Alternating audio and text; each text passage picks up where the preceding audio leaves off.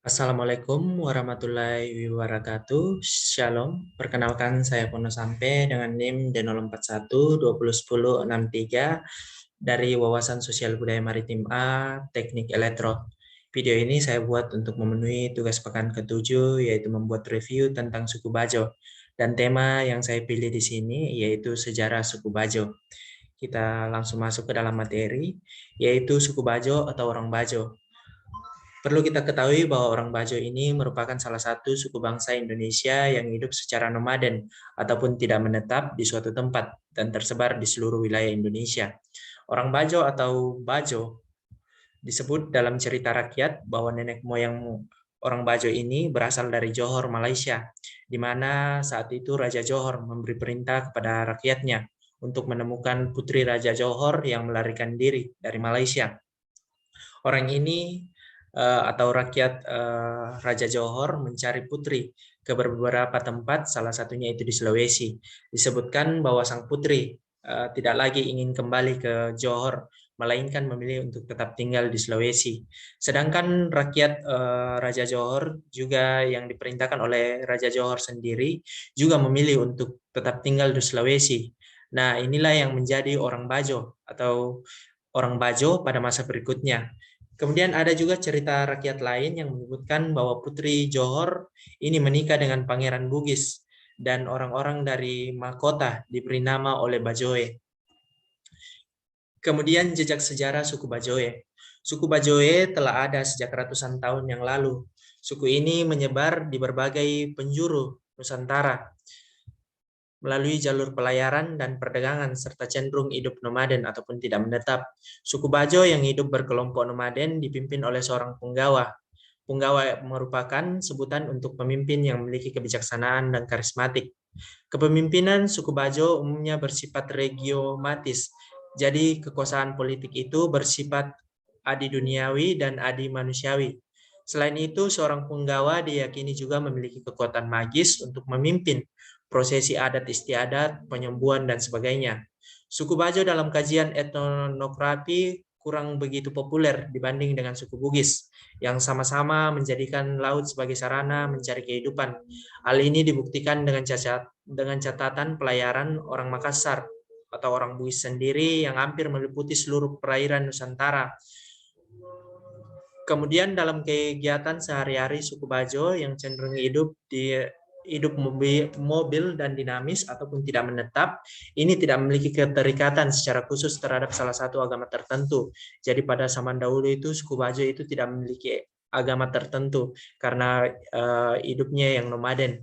Kemudian sejak melakukan kontak secara langsung seperti berdagang di pelabuhan, disitulah mereka mulai mengenal agama ketika mereka tunduk terhadap otoritas suatu kerajaan yang menguasai suatu wilayah perairan.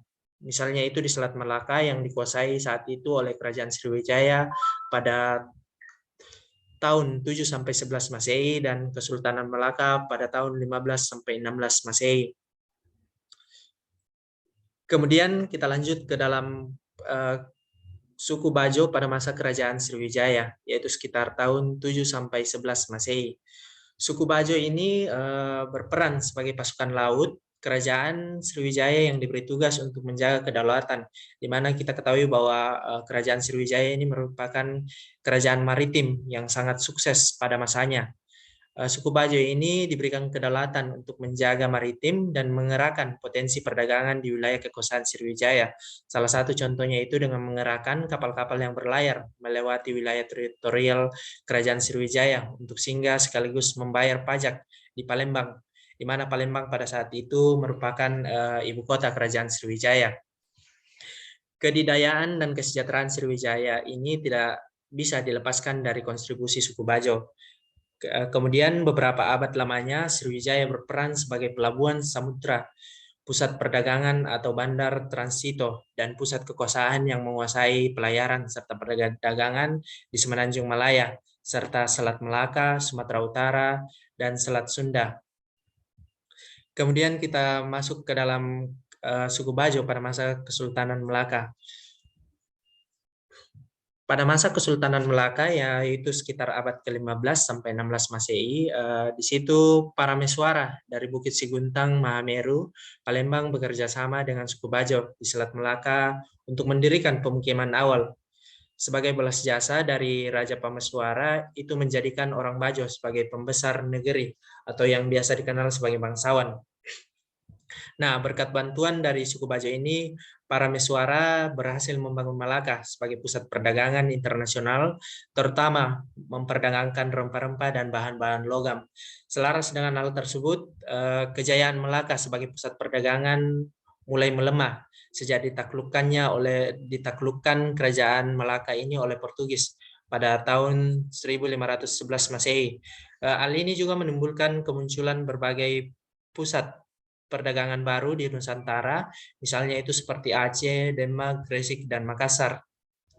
Kemudian perlu juga diketahui bahwa proses Islamisasi terhadap suku Bajo itu diperkirakan berlangsung pada masa pemerintahan Sultan Mahmud Shah, yaitu keturunan pendiri Kerajaan Melaka. Hal ini menjadi bukti bahwa ketika suku Bajo berdiaspora ke wilayah Kerajaan Bima sekitar tahun 1601 Masehi, suku Bajo sudah memeluk agama Islam. Dan pada saat yang bersamaan, Kerajaan Bima itu belum memiliki agama Islam. Kemudian di Kerajaan Bima sebelum abad ke-17, Kerajaan Bima ini merupakan salah satu kerajaan maritim yang cukup eksis di wilayah Nusantara bagian timur. Hal ini dibuktikan dengan keberadaan teluk dan pelabuhan yang berada di letak strategis dan aman dari badai. Selain itu, Bima menjadi pintu masuk ke Pulau Sumbawa bagian timur yang termasuk daerah terpenting di Kepulauan Sunda Kecil. Pada abad ke-17 Masehi, pedagang Bugis Makassar dan Melayu telah melakukan aktivitas perdagangan di Pelabuhan Bima, disusul oleh pedagang Cina dan Arab pada abad 18 sampai 19 Masehi. Nah, keberadaan teluk dan pelabuhan menjadikan salah satu proses Islamisasi di Bima adalah adanya masyarakat pendatang meliputi orang-orang dari Jawa, Bugis Makassar, Melayu, Arab, dan Cina. Berbagai etnis pendatang ini turut mempercepat transformasi Kerajaan Bima menjadi Kesultanan Bima. Di antaranya berkat aktivitas yang intens dalam bidang perdagangan berimplikasi terhadap proses penyebaran Islam terutama oleh orang-orang Melayu yang datang diduga kuat beserta orang Bajo. Kemudian melihat suku Bugis dan suku Bajo, di situ terdapat kesamaan. Salah satu persamaan suku Bugis dan suku Bajo adalah keduanya piawai atau lincah dalam hal melaut. Yang membedakannya hanyalah sistem sosial kemasyarakatannya, di mana suku Bugis ini menetap di daratan namun mencari penghidupan dengan cara melaut. Sedangkan suku Bajo ini menetap di lautan dan juga mencari penghidupan di laut. Kondisi sosial suku Bajo yang dinamis dan berubah karena tinggal nomaden ini tidak memungkinkan suku Bajo membentuk suatu kerajaan dan pemerintahan. Namun, setelah Kesultanan Bima menggabungkan diri dengan NKRI, mereka mulai hidup menetap di daratan.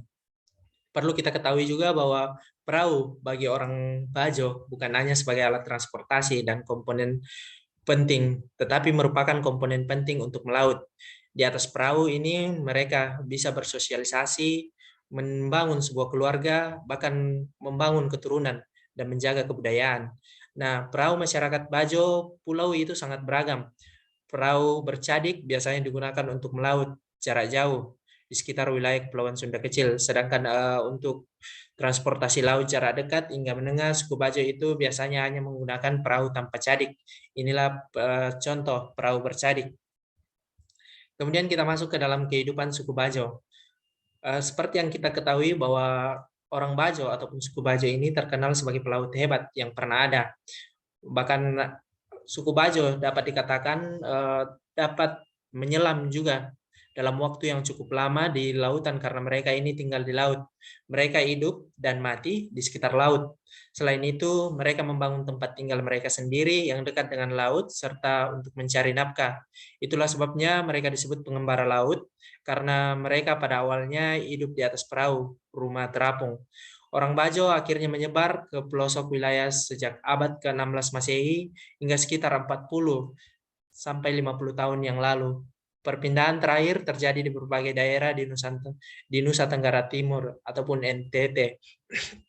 Kemudian perlu juga kita ketahui bahwa saat ini sebagian besar orang Bajo sudah tinggal di satu tempat ataupun tinggal di suatu daerah, di mana baik itu atas inisiatif orang Bajo itu sendiri maupun paksaan pemerintah.